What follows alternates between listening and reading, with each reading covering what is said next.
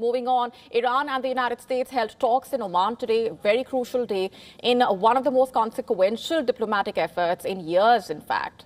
And now there are cautious signs of progress. The high-stakes talks mediated by Oman to avert a full-blown war in West Asia have ended with the Iranian side calling it positive. On Friday, Iran's foreign minister, in fact, said, I'm quoting now, in a very positive atmosphere. Our arguments were exchanged and the views of the other side were shared with us. According to the minister, the two sides will decide on the modalities and the timing of the future talks at a later date. And he said negotiators will now determine the way forward after consulting with their respective capitals. In his words, the way forward will depend on our consultations with our capitals. That's the statement.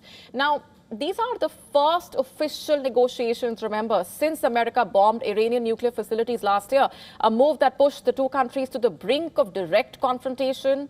But while diplomats talk, warships and fighter jets are also gathering nearby, sending out powerful messages that diplomacy is also being backed by force. It's a rather testing time. But what is it that Iran actually wanted from these talks? Let's just take stock of that right now. American and Iranian officials met separately with Oman's foreign minister, who is acting as the mediator.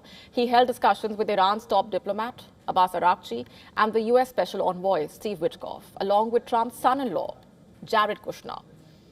Oman's foreign ministry has said that the talks focused on creating conditions to resume diplomatic and technical negotiations. Just to put this simply, both sides tested whether serious talks are even possible amid the low expectations. Earlier, U.S. officials have told Western publications that they want these talks to go beyond nuclear issues. We've been telling you about that. In fact, they wanted the talks to cover Iran's missile program and its support for the groups in the region. Iran, however, made its position very clear. For Tehran, this is about one thing and one thing alone: nuclear sanctions relief. Nothing else. And that is where the first major clash begins. You see, the central dispute here is over uranium enrichment. Western countries and Israel accusing Iran of trying to develop nuclear weapons, something that Tehran strongly denies. Before last year's war, Iran was accused of enriching uranium up to 60% purity, dangerously close to weapons-grade levels. And for context here, nuclear weapons require enrichment of about 90%. Under the 2015 nuclear deal, Iran was capped at just 3.67%. But then after America withdrew from that deal in 2018, Iran gradually abandoned its limits. And now President Trump is demanding something far stricter, a complete end to enrichment.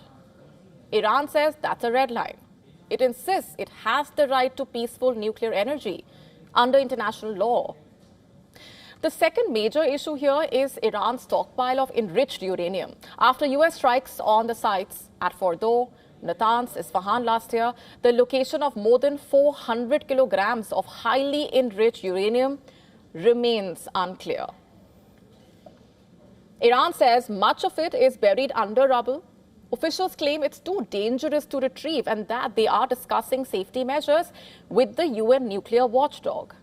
Now, several countries, including Russia, have offered to store Iran's uranium abroad. Tehran has refused. Instead, Iran says it's willing to dilute the uranium, lowering its enrichment level, basically, but only if sanctions are lifted in return. In other words, no economic relief, no nuclear compromise. Iran wants nuclear and nothing else. Washington disagrees, and that makes any comprehensive deal extremely difficult. Meanwhile, the pressure has also been mounting. U.S. warships, aircraft have gathered near Iranian waters. President Trump, in fact, has warned that bad things will happen if the talks fail. The White House has openly reminded Iran that military options remain on the table.